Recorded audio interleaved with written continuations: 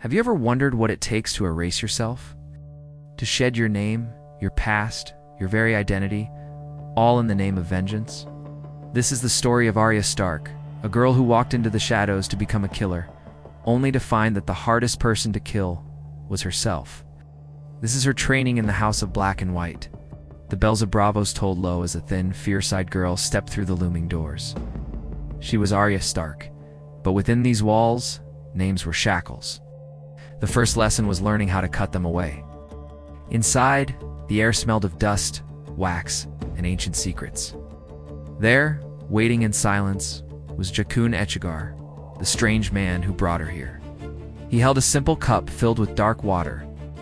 "Drink," he said. No warmth, no explanation.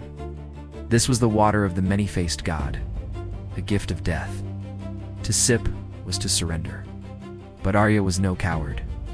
She pressed the rim to her lips, tasted the bitter sting, and swallowed. She did not die. Instead, she was reborn into the first stage of becoming. No one. Her training began not with swords, but with stories. Day after day, she was taught to lie, to invent names, pasts, families, dreams until even she no longer knew which fragments were real. When she lied poorly, she was struck. When she hesitated, she was beaten. For a Stark, raised on honor and truth, this was harder than any sword fight. The faceless men demanded she abandon everything she was. But late at night, in the dark, she whispered her list like a prayer. Cersei Walder Frey, the Mountain, the Hound. She promised herself she would never forget them, no matter how many masks they made her wear. One morning, she awoke to darkness. Her sight was gone. This was the price of disobedience. She had killed a man for personal revenge, an act of Arya Stark, not a servant of the many-faced god. At first, she screamed, stumbled, and clawed at her eyes. But in that blindness, new senses awakened. She learned to hear the shuffle of feet down the hall, to feel the whisper of air before a blow struck, to smell the oil on a blade. Jakun attacked her without warning. She bled, she fell, she wept, but she endured. Slowly, painfully, she grew sharper. She learned that sight was not the only way to see. When her sight returned, Jakun led her deep into the temple's caverns. There, carved into cold stone alcoves, were faces. Countless faces, stripped from the dead and preserved with magic. Men, women, children, smiling, frowning, serene, and in agony. Thousands of masks, waiting for a new wearer. "This is the treasury of the faceless men," Jakun whispered. "Every face tells a story. Every story is a weapon." As Arya gazed upon them, she thought she saw her father's face, his stern eyes watching her. She blinked and it was gone. Only emptiness remained. But lies and masks were only half the lesson. To serve the many-faced god was to grant the gift of death.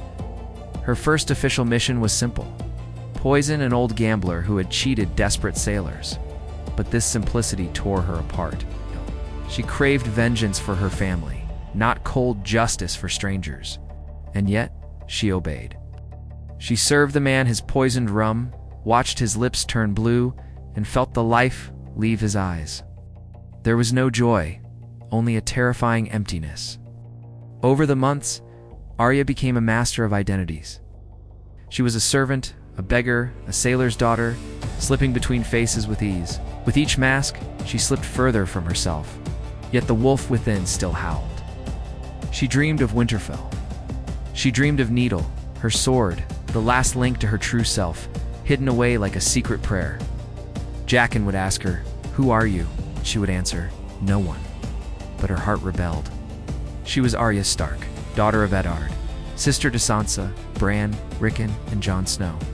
She could never truly let that go. The breaking point arrived. She was ordered to kill a beloved actress in Bravos. Arya watched her, listened to her story, and realized this woman did not deserve to die. She refused the mission, and in that refusal, she sealed her fate. The faceless men turned on her. The waif, her cruel rival, hunted her through the streets, blades flashing. Determined to carve Arya's face from her skull and add it to the hall. But Arya fought back with every lesson she had learned. The stealth, the lies, the patience, the hearing of a blind girl. And in the dark, Where sight meant nothing, it was the waif who fell. Bloodied, but unbroken, Arya returned to the house of black and white. She faced Jake and Achagar and placed the waif's face before him. He smiled, as if this was the final test all along. Finally, he said, "A girl is no one." But Arya looked him in the eye and shook her head. "No, a girl is Arya Stark of Winterfell. I am going home." Her training had forged her into something terrifying. She could stalk like a shadow, kill without a sound, and vanish into another's face. But in the end, the most powerful thing she reclaimed was not a skill, but her name.